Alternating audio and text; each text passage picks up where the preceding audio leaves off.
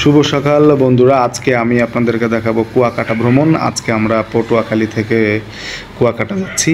কুয়াকাটা যাওয়ার জন্য প্রথমে আমরা পটুয়াখালী বাস স্ট্যান্ডে গিয়ে বাসে উঠলাম।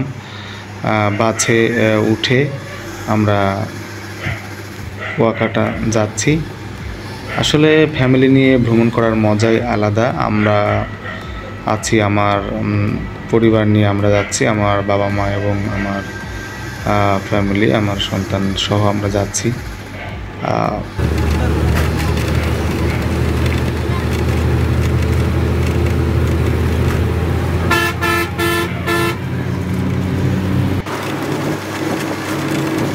আমরা বাসে যাওয়ার সময় একটু শ্যুট নিয়ে নিলাম।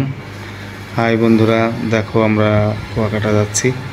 যারা কুয়াকাটা এখনও ভ্রমণ করেন নাই তারা অবশ্যই ভ্রমণ করবেন, কারণ সমুদ্র ভ্রমণ অনেক আনন্দদায়ক হয়।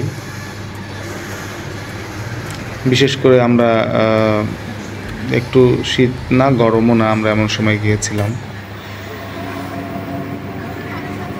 বাস থেকে নেমে অটোতে উঠতে হবে।